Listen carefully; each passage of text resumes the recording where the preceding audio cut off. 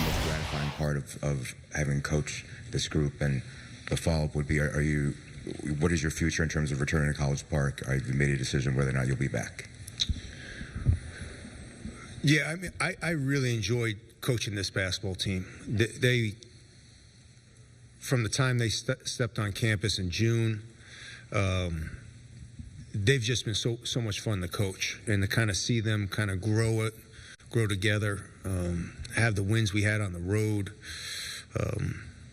have some of the toughest losses that I've ever dealt with, buzzer beaters, and to overcome that was huge for me. It was one of those things. It was just a whole lot of fun. The staff said it the other day. It was just kind of there's so much fun to be around, and they accomplished a lot. It's in today's world of trying to put together a roster in 3 weeks. These guys all made great strides. And again, the only two guys I ever played in an NCAA tournament before was Julian and Jordan. So for those guys to be great leaders, and for us to get to the Sweet 16, I think it shows you how good a group of kids they were. So I have not even. No, I don't know what I'm doing. I'll just be honest with you. I haven't talked to my agent. I haven't talked to my wife. I made a promise to this team that I was gonna just focus on this team, and that's all I've done. So I haven't talked to anybody. I have an agent. I'm sure he's talking to people because that's what agents like to do. But I don't know. Hi, Kyle Goon, Baltimore Banner. As a follow-up to that, is there something at this juncture you think Maryland can do to bring you back? Right now, my biggest concerns in life right now, I don't know who my boss is going to be. It's the guy that brought me here, who I really liked and appreciative of him bringing me to College Park, is not here anymore. And I don't know who we're going to hire. And that's, as in today's day and age, that worries me a little bit. I'm just being honest. My honesty got me in trouble. I might as well keep getting me in trouble. So this is going to be a family decision. I love College Park. I love Maryland. But when you're at this point in your career and you're looking at things, I have to take everything into consideration about what's moving forward.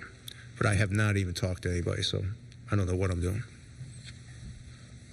Coach, I just wanted to ask, is the Villanova, presumably, is that an option for you? Like, have they offered you I have no position?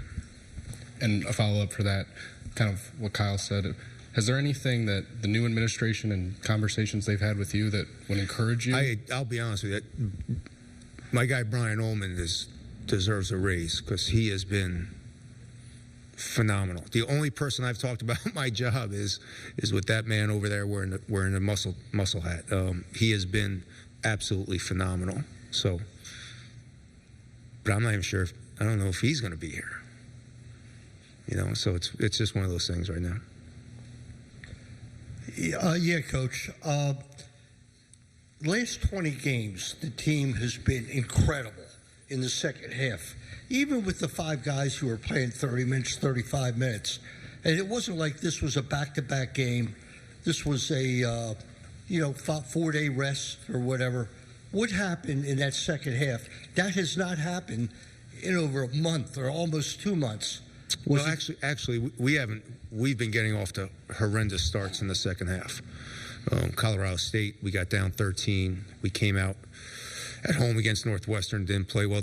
We haven't been playing overly well to start the second half, and I think we've talked about it as a group, and we looked at it, and when you play a team that can come off the bench with the guys that they can come off the bench with, that was a big worry. And, we battled, and these guys were battling. I thought the biggest play was the rebound that Condon got and threw it up to the rim. I think it was a 7-point game at the time and pushed it to 9. I just thought that was like a really big momentum breaker. So, but we haven't been starting well for a while. We've been playing well in the second half. We just haven't been starting well, and that start really hurt us. And the rebound discrepancy, it's just odd after all the games this year. It's what they do. They're the They're the number 3 offensive rebounding team in the country. They're the largest. They score more points off offensive rebounds than any other team in the country.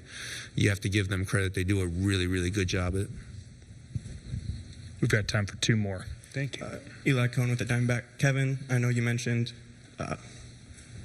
earlier, can't control Twitter, can't control the media, but looking over the past week, do you wish you approached anything Nope. differently? Not at all. Last question here. Lindsay Schnell, The Athletic. Kevin, I feel like a lot of times people demand that public figures be honest, and then when they are honest, to your point, sometimes you get in trouble. Today, when you guys left the team hotel, there were some fans that voiced their displeasure. Does that make you think at all about, do you want to be at Maryland? Not at all.